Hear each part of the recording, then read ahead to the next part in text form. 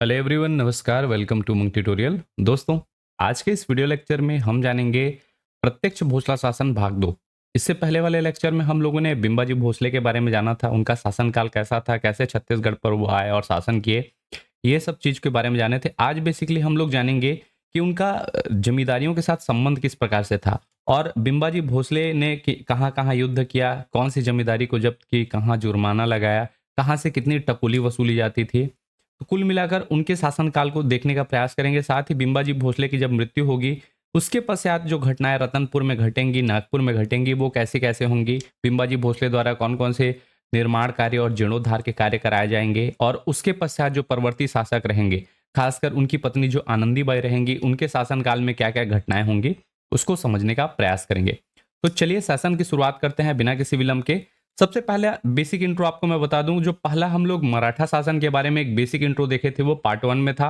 दूसरे पार्ट में हम लोग ने अप्रत्यक्ष भोसला शासन के बारे में जाना, जिसमें बेसिकली रघुजी भोसला प्रथम के बारे में हम लोगों ने बात किया था। इसके पश्चात पार्ट 3 में हम लोगों ने प्रत्यक्ष भोसला शासन, जो हमारा पार्ट 1 था, उसको जाना। आज ये उसका पार्ट 2 है और इसमें हम लोग जानेंगे कि बिंबाजी भोसले का जमींदारियों के साथ किस प्रकार से संबंध था। देखिए, प्रत्यक्ष भोसला शासन का जो शासनकाल था वो 1758 से लेकर 1787 तक था। 1758 में बिंबाजी भोसले क्या करेंगे, छत्तीसगढ़ के शासक बनेंगे और 1787 में उनकी मृत्यु हो जाती है।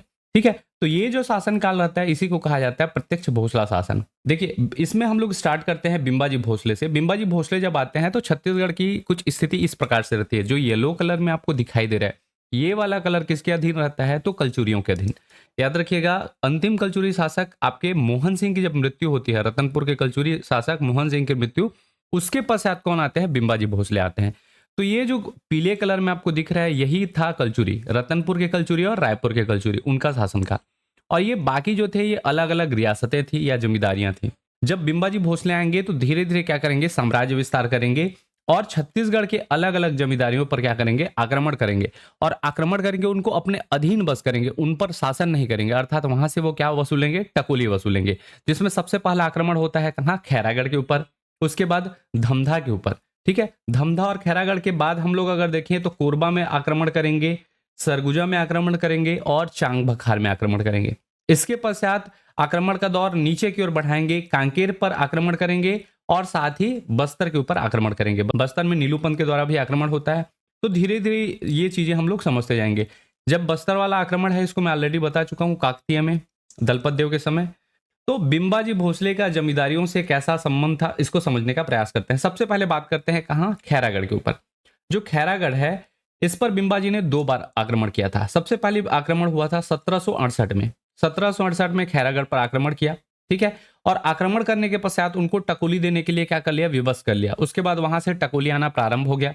लेकिन कुछ वर्षों बाद खैरागढ़ ने क्या किया कि टकुली देना बंद कर दिया। अब बिंबाजी को पता चला कि वहां से टकुली या टैक्स या पैसा नहीं आ रहा है, तो उन्होंने क्या किया, 1784 में पुनः खैरागढ़ पर आक्रमण कर दिया। यह दूसरी बार आक्रमण था, याद रखिएगा। लगभग 16 साल बाद फिर से क्या कर दिए, आक्रमण कर दिए। अब ये जो दूसरा आक्रमण हुआ था उसमें क्या किया, खैरागढ़ ने इनका जमकर विरोध किया कि अब हमारे पास शक्ति है, हम लोग क्या करेंगे, आपका विरोध करेंगे। अब विरोध करने के चक्कर में इनसे क्या किया गया, सर्वाधिक टकोली वसूला गया। अब अपोज किए थे तो बिंबाजी को मतलब सेना लगी थी, उनका पैसा खर्च हुआ था, तो उसको वसूलने के लिए इनका जो टैक्स था, टकुली था, उसको ही बढ़ा दिया गया। टकुली कितना कर दिया गया, 24,000। और एग्जाम में एज इट इज पूछ लिया जाता है ना कि किससे कितना लिया गया। तो याद रखिएगा, सर्वाधिक टकोली कहां से वसूली जा रही थी, तो खैरागढ़ से। अब जितनी चीजें हैं मैं सारी चीजों को कोशिश करूंगा कि आपको इमेज के माध्यम से बताऊं। सबसे पहली बार बिंबाजी ने आक्रमण कब किया, आप मान सकते हैं कि ये रिवीजन भी हो जाएगा, पढ़ते पढ़ते भी रिवीजन। ठीक है, तो सबसे पहली बार खैरागढ़ में बिंबाजी ने आक्रमण किया था 1768 में। कब किया था, 1768 में। अब 1768 में ये मान जाते हैं टकोली देने के लिए। उसके पश्चात फिर से क्या होता है, टकोली देना बंद कर देते हैं कुछ वर्षों पश्चात।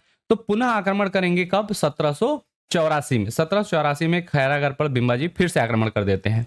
और इस बार क्या करते हैं, बिंबाजी जो हैं उनका विरोध करने के फलस्वरूप सबसे ज्यादा टकुली इन्हीं से वसूलते हैं। कितना वसूलते हैं, 1784 में 24,000 रुपए टकुली इनसे वसूला जाता है। कितना, 24,000। क्लियर है, ये था हमारा खैरागढ़ के साथ बिंबाजी का संबंध। अगला हम लोग देखते हैं धमधा के साथ। अगला कौन सा जगह है, धमधा। तो धमधा के जमींदार कौन थे, रेवाराम थे। उन्होंने भोसलों का क्या किया, विद्रोह किया। भोसलों से विद्रोह किया, मराठों से विद्रोह किया। इसलिए 1781 में बिंबाजी ने उनके ऊपर आक्रमण कर दिया और उनको क्या कर दिया, पराजित कर दिया। वह पराजित इसलिए नहीं हो गए कि वो कमजोर थे, वो पराजित इसलिए हो गए क्योंकि उनके यहाँ एक कर्मचारी ऐसे थे जो नमक हराम थे, अर्थात उनसे धोखा कर दिया और किले का दरवाजा क्या कर दिया, खोल दिया। नतीजा ये हुआ कि मराठों की सेना मजे से भीतर घुस गई। और ये चीज किसको पता चल गया, रेवाराम जी को पता चल गया। जमींदार कौन है, रेवाराम। ये बाबू रेवाराम नहीं है ना, याद रखिएगा, बाबू रेवाराम अलग हैं, ये खाली रेवाराम है, ये जमींदार हैं। और इनको पता चल गया कि हमारे यहाँ कोई धोखा दे दिया, हमको दरवाजा खुल गया है। तो ये पराजय की डर से अपनी पत्नी को लेकर जाते हैं, पास में ही नदी थी, और वहां जल समाधि ले लेते हैं। ठीक, क्योंकि इनको बिंबाजी का अधीनस्थ होकर जीना उन्हें स्वीकार नहीं था, किसी के अंडर नहीं रहना चाहते थे। इसके पश्चात रेवाराम जी के जो पुत्र रहते हैं उनको जमींदार बनाया जाता है और उनको बिंबाजी टकोली देने के लिए एग्री करा लेते हैं, उनको स्वीकार कर लेते हैं। ठीक है, तो इस प्रकार से धमधा को भी क्या कर लिया जाता है, अपने अधीन कर लिया जाता है। अब इसको इमेज के माध्यम से अगर समझें तो सबसे पहले बिंबाजी भोसला के विरुद्ध धमधा के जमींदार कौन आएंगे, रेवाराम।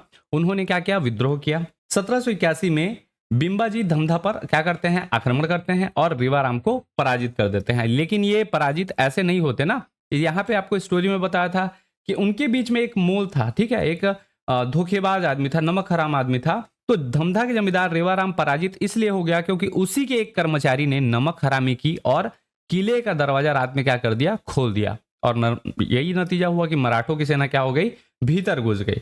अब ये चीजें पता चल गई किसको, जमींदार साहब को।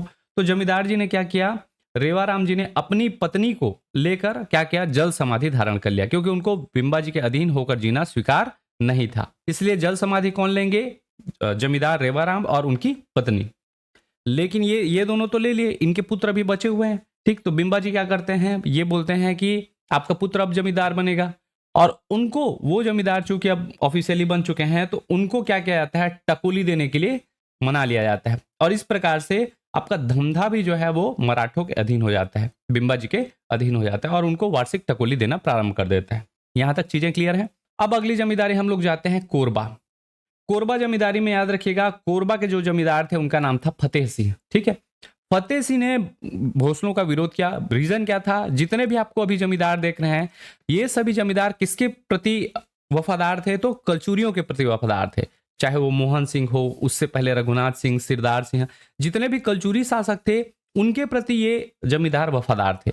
ठीक है, और चूंकि कलचुरियों को हटाकर मराठे आए थे तो ये वफादारी वो अर्न नहीं कर पाए थे। अभी जो जितने भी जमींदार हैं वो मराठों के प्रति वफादार अभी नहीं है। उनको लगता है कि ये बाहरी लोग हैं और वो अपनी वफादारी कलचुरियों के प्रति रखते थे, इसलिए मराठों से द्वेष भाव रखकर उनके विरुद्ध कार्य करते थे। ठीक है, तो कोरबा के जमींदार जो थे फतेह सिंह, उन्होंने भोसलों का विरोध किया। ठीक है, और जो भोसलों का साथ देते थे, जैसे चापा के जमींदार या छुरी के जमींदार, ये दोनों मराठों का साथ देते थे, तो उनके ऊपर ये क्या कर देते थे, चापा के जमींदार के ऊपर या छुरी के जमींदार के ऊपर आक्रमण कर देते थे। अब ये चीजें पता चली बिंबाजी को, उन्होंने उसे अपने अधीन करने के लिए पर्याप्त रूप से परिश्रम किया। ठीक है, क्योंकि कोरबा वाले क्षेत्र में थे और वहां सघन जंगल भी हुआ करते थे, तो इनको पकड़ने के लिए थोड़ा सा बिंबाजी को क्या करना पड़ा, कठिनाई का सामना करना पड़ा, परिश्रम करना पड़ा।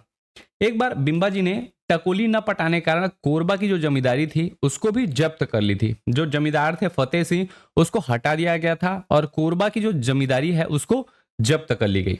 ठीक है, इसके कर्मचारी कोरबा से भगा दिए गए और उस पर 2000 रुपए वार्षिक लगान मर दिया गया। जो टकोली है, वार्षिक लगान वही था, टकोली टैक्स कितना रुपए कर दिया गया, 2000 रुपए। ठीक है, अभी का 2000 नहीं है, याद रखिएगा बिंबाजी के समय का 1700 की बात चल रही है, 1757 के बाद की घटना है ये। अब इसके बाद जो 2000 रुपए टकोली था उसको फतेह सिंह का पुत्र भरत सिंह, ठीक है, फतेह सिंह को राजा दोबारा नहीं बनाएंगे, जमींदार दोबारा नहीं बनाएंगे। इस 2000 रुपए को फतेह सिंह का जो पुत्र रहता है, कौन, भरत सिंह, वो वापस कर देता है। 2000 की भेंट पाने के बाद बिंबाजी मान गए और जमींदारी किसको दे दिए, भरत सिंह को वापस दे दी। और याद रखिएगा छत्तीसगढ़ में जमींदारी जब्ती की एकमात्र घटना कौन सी है, कोरबा की है। एग्जाम में पूछा जाता है ऐसी कौन सी जमींदारी है जिसको बिंबाजी ने जब्त किया था, वो जमींदारी है आपकी कोरबा जमींदारी। ऐसी कौन सी जमींदारी है जहां से सर्वाधिक टकोली वसूला जाता था, तो याद रखिएगा वो है खैरागढ़। ये फैक्ट सीधा टू दी पॉइंट पूछे जाते हैं तो ये आपको पता रहना चाहिए। अब इसको इमेज के माध्यम से समझते हैं, रिविजन। तो सबसे पहला चीज हमारा कोरबा के जो जमींदार रहेंगे फतेह सिंह, उन्होंने भोसलों का सर्वप्रथम विरोध किया। विरोध करने का कारण क्या था? तो ये कलचुरी के प्रति क्या थे? वफादार थे, ना कि मराठों के प्रति।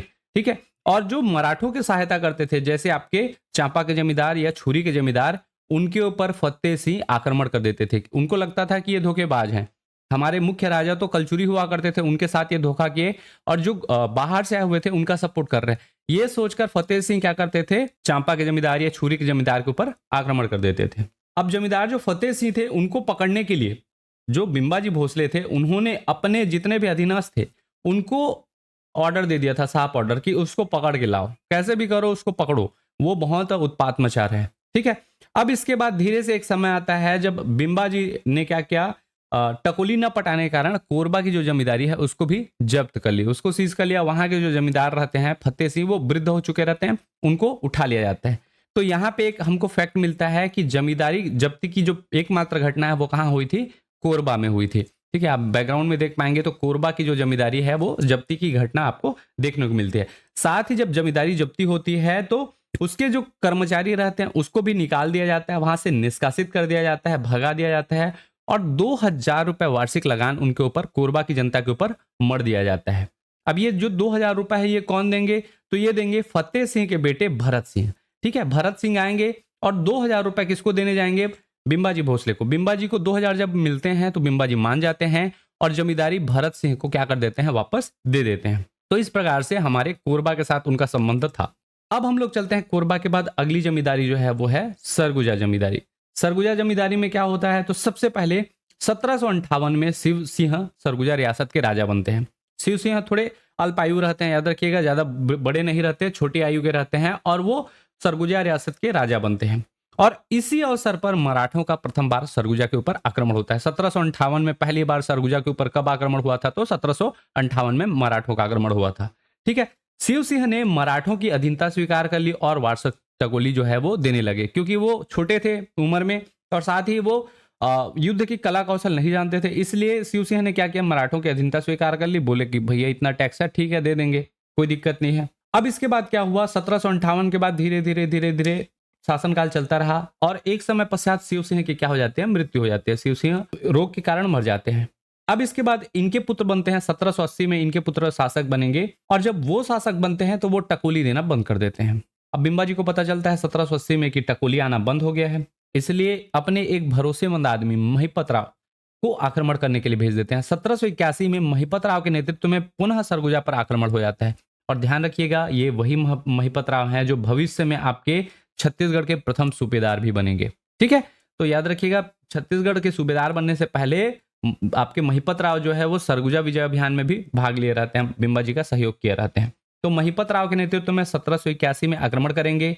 अब यहाँ पे जो शिव सिंह के पुत्र हैं अजीत सिंह, वो शासक थे जिन्होंने टकोली देना बंद कर दिया था। जब मराठों की सेना आएगी तो अजीत सिंह को लगता है कि उनकी अपेक्षा वो क्या है, अभी मराठों की अपेक्षा निर्बल है, और सिंपल सी बात है, उनको पता चल गया कि हम इनसे युद्ध में नहीं जीत सकते, तो उससे अच्छा वो क्या करते हैं? उनकी अधीनता स्वीकार कर लेते हैं। और यहाँ पे डिसाइड होता है कि हर साल सरगुजा जो है वो 3000 रुपए वार्षिक टकोली पटाएगा। ठीक है। तो सरगुजा से हर साल 3000 रुपए टकोली ली जाती थी। इस प्रकार से सरगुजा रियासत के साथ आपका बिंबाजी का संबंध था। ठीक। तो इसको इमेज के माध्यम से रिवाइज कर लेते हैं। सबसे पहले 1758 में कौन शासक बनेंगे? शिव सिंह सरगुजा रियासत के राजा बनेंगे। उसके पश्चात इसी अवसर पर 1758 में ही जब वो राजा बनते हैं, उसी आसपास मराठों का प्रथम बार क्या होता है? आक्रमण होता है सरगुजा के ऊपर। और यहाँ शिव सिंह को पता चल जाता है कि वो उनकी अपेक्षा निर्बल हैं, तो वो क्या करते हैं? चुपचाप मराठों की अधीनता स्वीकार कर लेते हैं और वार्षिक टकोली देने लगते हैं। शिव सिंह समझदार थे, उन्होंने अपने शासनकाल भर में कोई टैक्स बकाया नहीं रखा, हर साल वार्षिक टकोली पटाते थे। लेकिन इनके जो पुत्र थे अजीत सिंह, उनको लगता था, उनको पता नहीं था क्योंकि वो उस समय पैदा नहीं हुए थे, कि हर साल 3000 रुपए इतना क्यों भेजते हैं, जब हम लोग अपने में राजा हैं। उनको एक्चुअल रियलिटी पता नहीं था। तो वो अब जब राजा बनेंगे तो उसके बाद क्या करेंगे? इनकी मृत्यु के बाद जब अजीत सिंह राजा बनेंगे तो वो टकोली देना बंद कर देते हैं। सिंपल सी बात है, सरगुजा शासक शिव सिंह की मृत्यु के पश्चात उसका पुत्र अजीत सिंह 1780 में शासक बना और उसने मराठों को टकोली देना बंद कर दिया। जैसे ही टकोली आना बंद हुआ, क्या करेंगे? बिंबाजी बोलेंगे महिपत राव को कि महिपत राव देख लो, थोड़ा सा वहां से पैसा नहीं आ रहा है, तो 1781 में मतलब जस्ट अगले साल ही जब टकोली आना बंद हो जाता है तो महिपत राव के नेतृत्व में पुनः सरगुजा के ऊपर आक्रमण कर दिया जाता है। अब ये चीजें देखते हैं कौन, अजीत सिंह, कि मराठों की इतनी बड़ी सेना आ रही है और हमारी सेना बहुत छोटी है, हम इनसे युद्ध में नहीं जीत पाएंगे। इसलिए अजीत सिंह ने क्या किया, मराठों की अपेक्षा अपने आप को निर्बल पाया और मराठों की अधीनता स्वीकार कर ली। अब यहाँ पे मराठों की जब अधीनता स्वीकार करेंगे इसका मतलब यही है कि फिर से भैया लाओ टकोली या टैक्स, ठीक है। इसके पश्चात सरगुजा जमींदारी से जो है वो 3000 रुपए वार्षिक टकोली ली जाने लगी और पुराना बकाया भी उसका जो था उसको भी वहां से कलेक्ट किया गया। इस प्रकार सरगुजा जमींदारी भी किसके अधीन हो गई, मराठों के अधीन। क्लियर है। अब पहुंचते हैं हम लोग कांकेर जमींदारी के ऊपर। कांकेर और बस्तर दो जमींदारियां हमारी बची हुई हैं। अगला जमींदारी है कांकेर। कांकेर के जो जमींदार थे उनका नाम था धीरज सिंह, और ये धीरज सिंह जो थे ये बिंबा जी के अधीनस्थ थे, मतलब उनके अधीन ऑलरेडी थे। ये क्या करते थे, कभी भी बिंबा जी को कोई पैसा या नगद राशि नहीं देते थे। धीरज सिंह बहुत होशियार आदमी थे। ये टकोली के रूप में कोई नगद राशि नहीं देते थे, बल्कि अपनी जो सेना थी उसमें से 500 घुड़सवार सैनिक भेज देते थे। कितने, 500 घुड़सवार सैनिकों को वो मदद के रूप में देता था कि आपके साथ ये हमेशा रहेंगे आपकी खातिरदारी में, ठीक है। आप जहां युद्ध लड़ने जाएंगे तो मेरे घुड़सवार सैनिक भी आपके साथ जाएंगे, लेकिन मैं कोई कैश नहीं दूंगा, ठीक है। तो कांकेर के जो जमींदार थे कौन, धीरज सिंह, उनका सीधा साफ कहना था कि बिंबा जी हम आपको कोई टकोली नगद राशि के रूप में नहीं देंगे, बदले में आप हमसे क्या लीजिए, 500 घुड़सवार सैनिक। ये बैकग्राउंड में आप देखेंगे तो 500 घुड़सवार सैनिक इधर और पीछे होंगे। उसको मदद के रूप में कौन देते थे, कांकेर के जमींदार धीरज सिंह। क्लियर है। तो इस प्रकार से इन्होंने बिंबा जी के साथ अपना संबंध रखा था। अगला जमींदारी हमारा है चांग भखार की जमींदारी। ऊपर में आप देखेंगे चांग भखार। तो चांग भखार पे 1775 में बिंबा जी ने आक्रमण किया और वार्षिक टकोली देने के लिए उनको भी बाध्य कर दिया, ठीक। इसमें कुछ एक्स्ट्रा इतना टकोली लिया जाता था वो फैक्ट नहीं मिलता, लेकिन इतना याद रखिएगा चांग भखार को भी बिंबा जी ने अपने अधीन करके रखा था, वहां से वार्षिक टकोली ली जाती थी। और जो चांग भखार के जमींदार थे उन्होंने बिंबा जी की अधीनता को स्वीकार कर लिया था, लेकिन अपने मन से नहीं। वहां भी बिंबा जी द्वारा क्या किया गया, सैन्य अभियान चलाया गया, आक्रमण किया गया और उसके माध्यम से उसको अपने अधीन लाया गया, ठीक है। अंतिम जो रहता है जमींदारी वो है हमारा बस्तर जमींदारी। बस्तर जमींदारी के बारे में ऑलरेडी आपको काकतीय वंश में हम लोग देखे हैं दलपत देव के समय, ठीक है। 1770 में नीलूपंत का नेतृत्व में बस्तर में क्या किया जाता है, आक्रमण किया जाता है। और आक्रमण के समय शासक कौन रहेगा, काकतीय राजा दलपत देव रहेंगे। तो वही दलपत देव जिन्होंने इस आक्रमण के बाद जगदलपुर शहर की स्थापना की, जो चौराहों का नगर है। चूंकि वो क्या थे, निर्बल थे, अपने आप को मराठों की तुलना में असहाय महसूस कर रहे थे, इसलिए वो पास की जो जमींदारी थी जयपुर, और ये जयपुर आपको पता होगा कोटपाड़ की संधि में ये जयपुर भी आप सुने होंगे, तो वही जयपुर में वो जाके क्या हो जाते हैं, शरण ले लेते हैं, ठीक है। अब ये चूंकि जमींदार वहां से भाग चुके थे, अब उनको पता नहीं था कौन जमींदार है, तो नीलूपंत को कुछ नहीं सूझा, तो उन्होंने क्या किया, राजघराने के कुछ व्यक्तियों को ही पकड़कर साथ ले आए। कहाँ ले आए, रतनपुर ले आए, ठीक है। और दलपत देव की मृत्यु के पश्चात उसका पुत्र दरियादेव गद्दी पर बैठा। दलपत देव जैसे ही उनकी मृत्यु हो जाती है तो दरियादेव गद्दी पर बैठेंगे। ध्यान देंगे तो बस्तर आक्रमण के समय इतना तक, अर्थात जब हमारे दलपत देव थे शासक बस्तर में, तब तक मराठों के अधीन अभी नहीं हुआ है।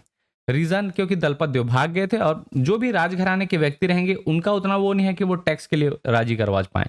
लेकिन जैसे ही दलपत देव की मृत्यु होती है उनका पुत्र आता है दरियादेव, ठीक है। और दरियादेव के समय हमारा जो बस्तर वाला क्षेत्र है, काकतीय वंश का क्षेत्र है, वो मराठों के अधीन आएगा। तो पहले इतना को स्लाइड को हम लोग समझ लेते हैं। देखिए 1770 में सबसे पहली बार क्या होगा, बस्तर के ऊपर आक्रमण होगा। किसके नेतृत्व में होगा, नीलू पंत, नीलू पंडित या नीलू पंत आप नाम सुने हैं, ठीक है। तो इसके नेतृत्व में क्या होगा, हमारा बस्तर के क्षेत्र पर आक्रमण होगा। इसके बारे में मैं ऑलरेडी आपको ये वाले स्लाइड में बताया था, जो वीडियो नंबर ये है आपका, बस्तर के इतिहास भाग 3, वीडियो नंबर 14।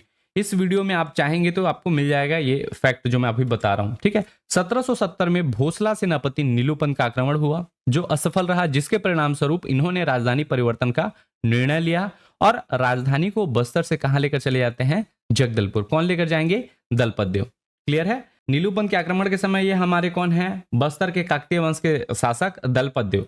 इनको पता चलता है कि मराठों का आक्रमण हो रहा है, ये चुपचाप क्या करते हैं, अपने पास की जो जमींदारी रहती है मध्य रात्रि में, अपने ही पास की जमींदारी जयपुर, ये चुपचाप भाग जाते हैं। अब जब नीलूपंत पहुंचता है बस्तर राजघराने में, तो वो देखता है कि वहां राजा कोई नहीं है, और वो गुस्से में कुछ नहीं सोचता तो राजघराने के ही कुछ व्यक्तियों को पकड़कर अपने साथ जो रतनपुर है वो ले आता है। और ये घटना घट गई। इसके पश्चात धीरे धीरे दलपत देव का शासनकाल समाप्त होता है और दलपत देव की मृत्यु हो जाती है। जब दलपत देव की मृत्यु होती है तो उसका पुत्र दरियादेव जो है वो गद्दी पर बैठता है। कहानी आपको पता होगी, अजमेर सिंह दरियादेव की कहानी, उसको मैं नहीं जा रहा हूं। अब मेन कौन गद्दी पे बैठ रहा है, तो याद रखिएगा दरियादेव गद्दी पे बैठ रहा है।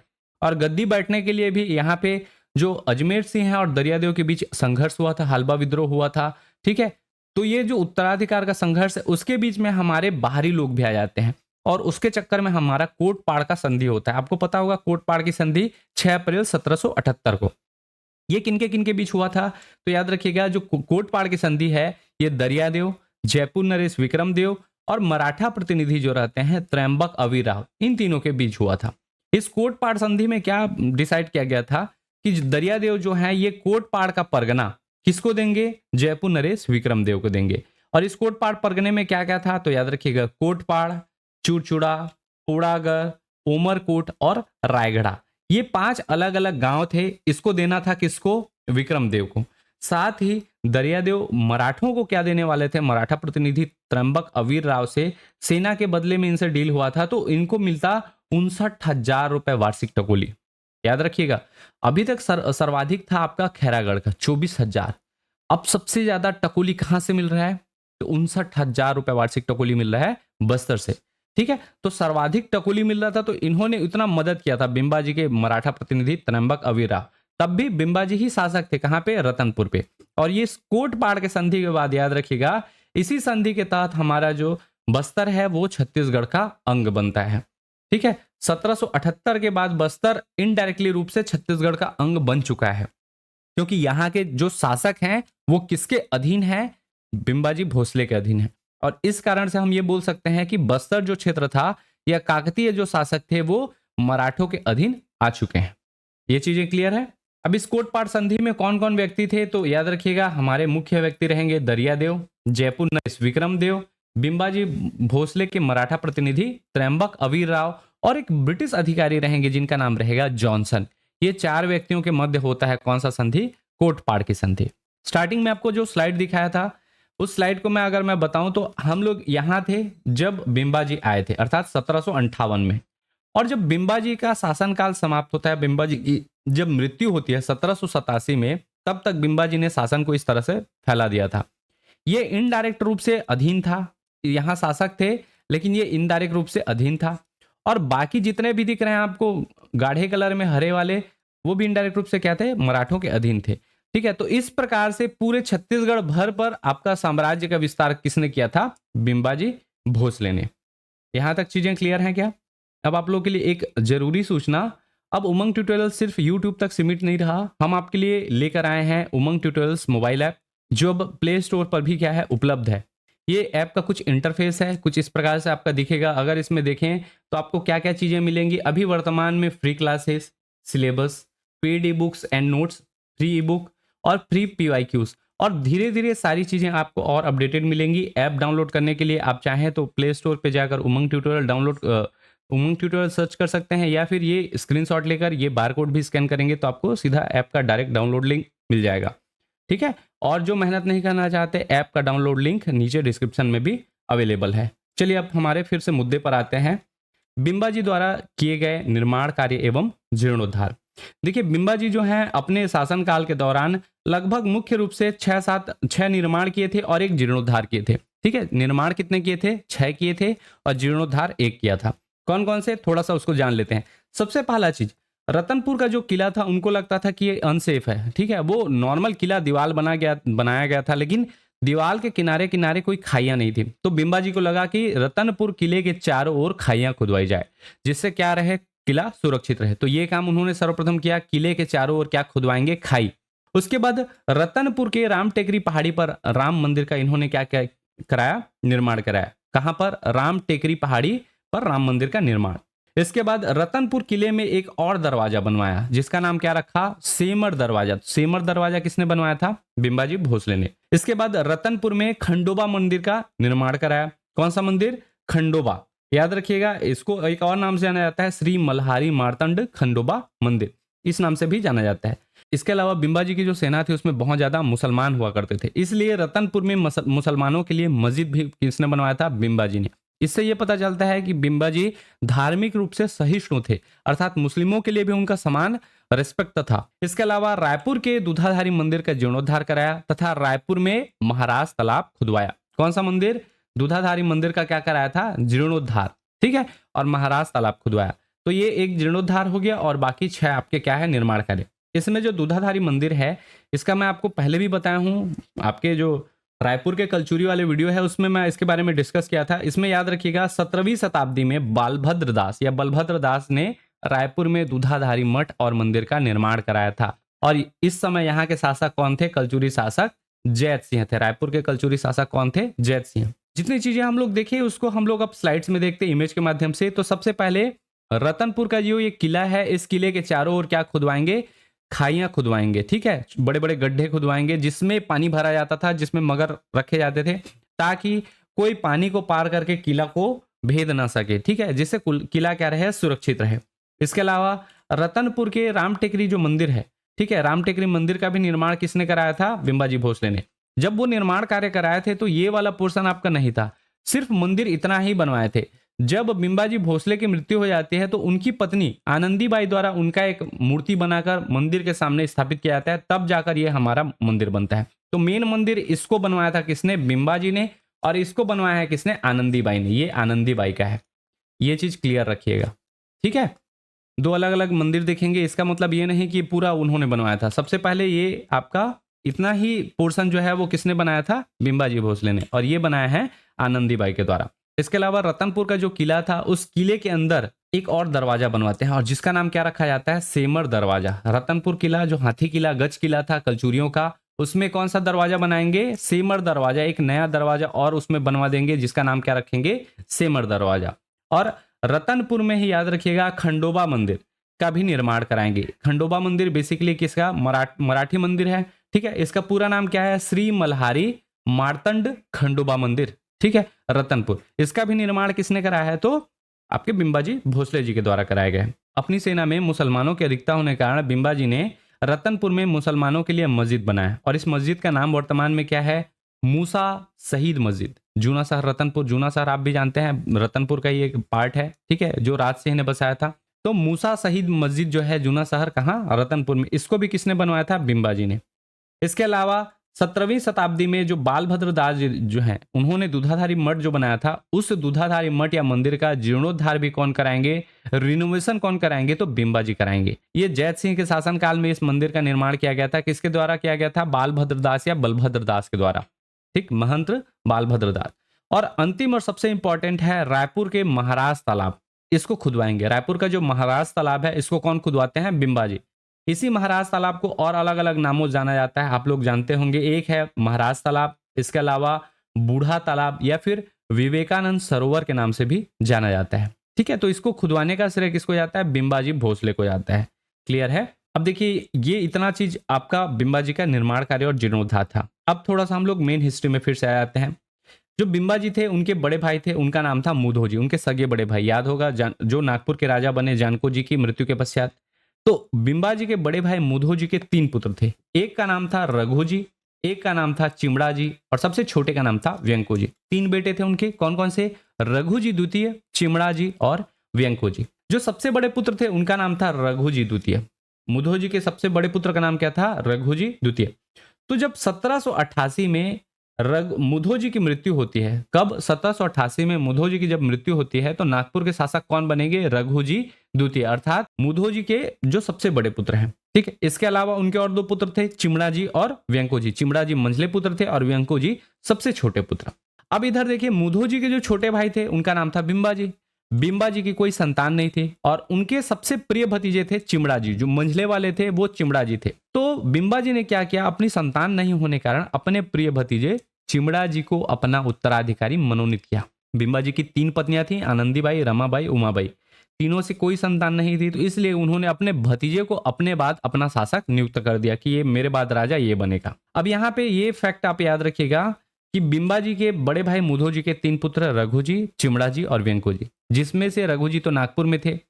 ये बीच बीच में घूमने आते थे चिमड़ा जी और कौन, वेंको जी, किससे मिलने, अपने चाचा से मिलने। और यहाँ पे पूछ लिया जाता है कि आनंदीबाई किसके समकालीन थी, तो याद रखिएगा जाहिर सी बात है उनके भतीजे हैं, तो आनंदीबाई सभी के समकालीन थी, रघु जी द्वितीय हो, चिमड़ा जी हो या वेंको जी हो या बिंबा जी तो उनके पति हैं। ठीक, तो ये चीजें क्लियर हैं क्या। और रघु जी की 3 पत्नियों के बारे में मैं आपको पहले भी बताया था, कौन कौन सी, आनंदीबाई, उमाबाई और रमाबाई। अब ये स्लाइड मैं दोबारा क्यों दिखला रहा हूं, तो ये कारण है 1787 का। 1787 में क्या होगा, तो 1787 में होगा बिंबा जी का स्वर्गवास। ठीक है, 1787 में बिंबा जी की मृत्यु हो जाती है।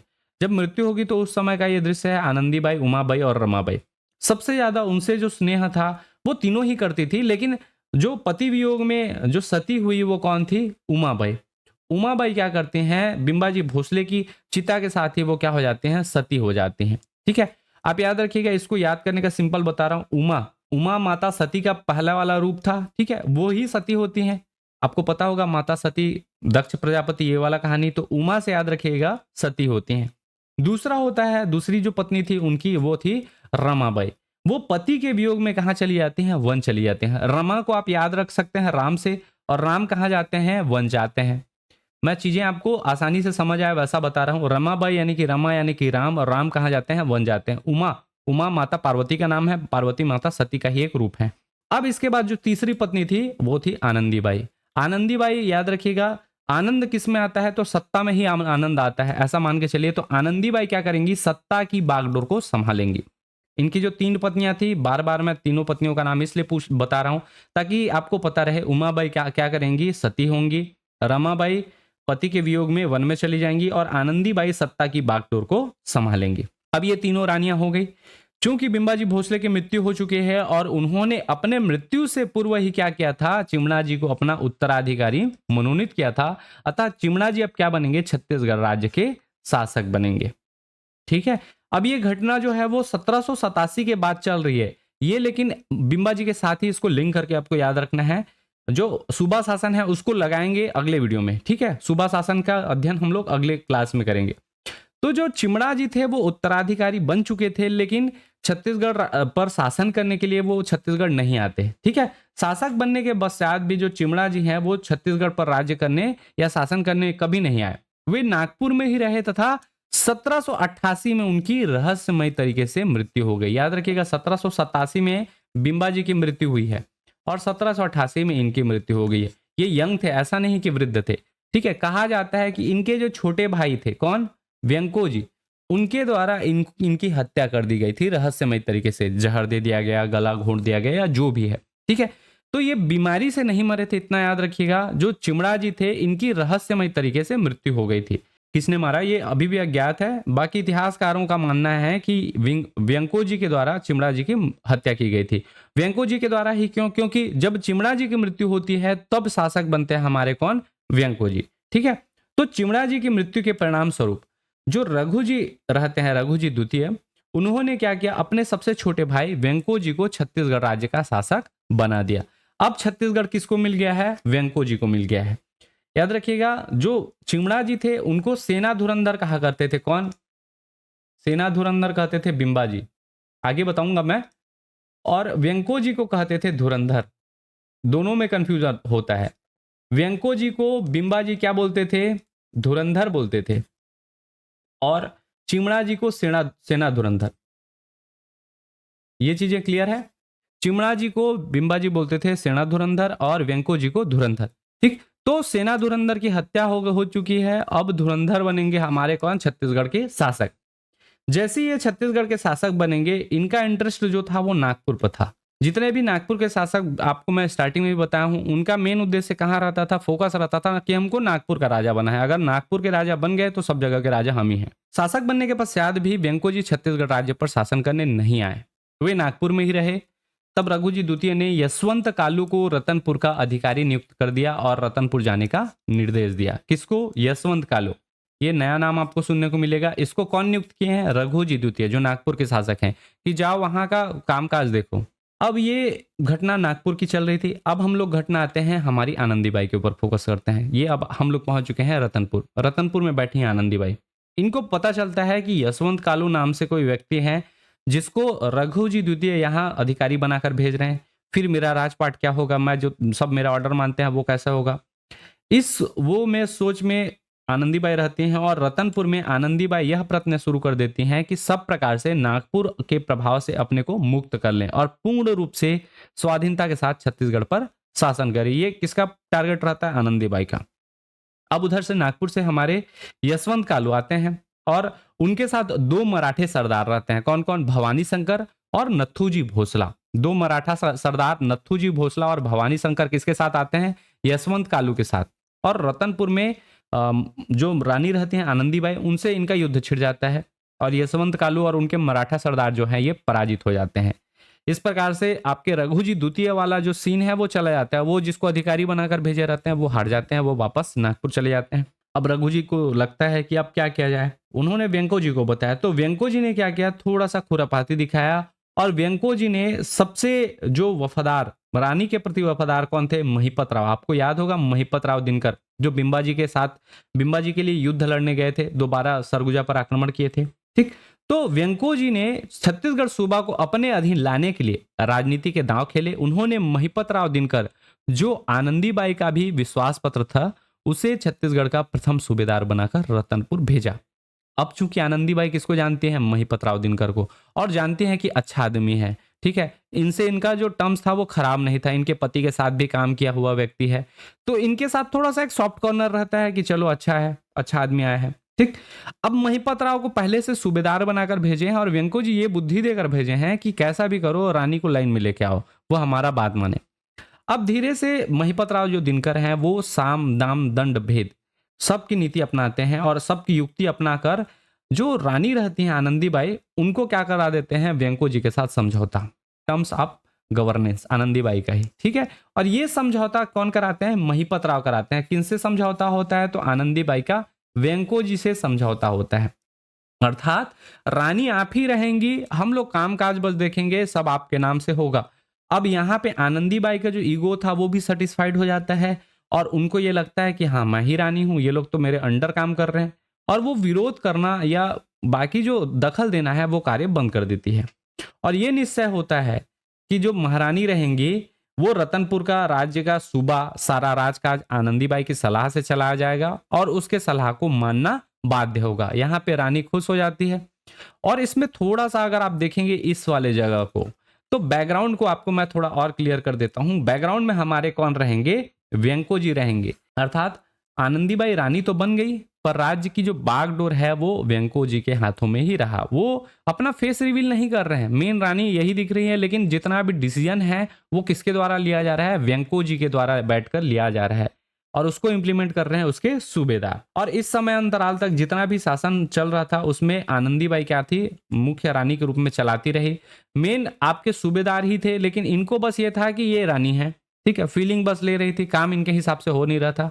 ठीक, और 1801 में याद रखिएगा, उसके बाद 1801 में आनंदीबाई की भी क्या हो जाती है? स्वर्गवास हो जाता है। आनंदीबाई स्वर्ग सिधार जाते हैं। कब? 1801 में।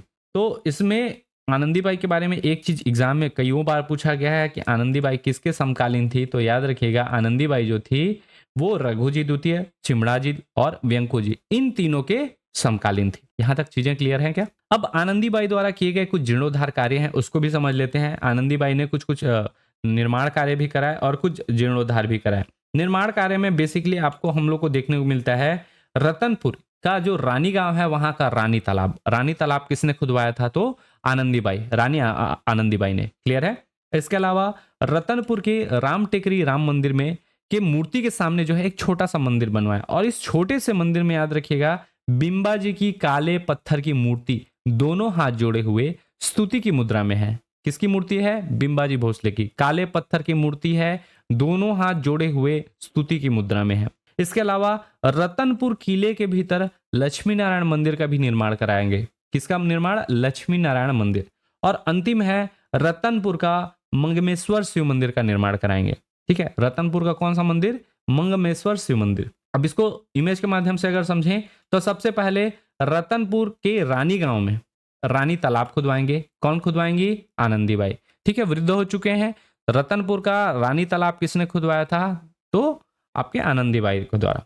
इसके अलावा रतनपुर का जो राम टेकरी मंदिर था, राम टेकरी मंदिर के सामने एक छोटा सा मंदिर बनवाया और इस मंदिर में क्या रखा गया, तो बिंबा जी की काले पत्थर की मूर्ति दोनों हाथ जोड़े हुए स्तुति की मुद्रा में, कुछ इस प्रकार से। और वो एक्चुअल फोटो आप देखेंगे तो ये है आपकी राम टेकरी का मंदिर और इसमें ये पोर्शन जो है उन्होंने बनवाया था, किसने, आनंदीबाई ने। और इसमें ऐसी मूर्ति ये आप देखेंगे तो बिंबा जी के काले पत्थर की जो ये मूर्ति है, ये एग्जैक्ट यही मूर्ति इस मंदिर में स्थापित की गई है, राम टेकरी राम मंदिर के जस्ट सामने। इसके अलावा रतनपुर किले के भीतर लक्ष्मी नारायण मंदिर का भी निर्माण करवाएंगे। लक्ष्मी नारायण मंदिर का निर्माण कहाँ कराएंगे, रतनपुर किले के भीतर। वर्तमान में कुछ इस प्रकार से आपको देखने को मिलेगा, श्री गरुड़ जी श्री लक्ष्मी नारायण मंदिर, कहाँ, रतनपुर।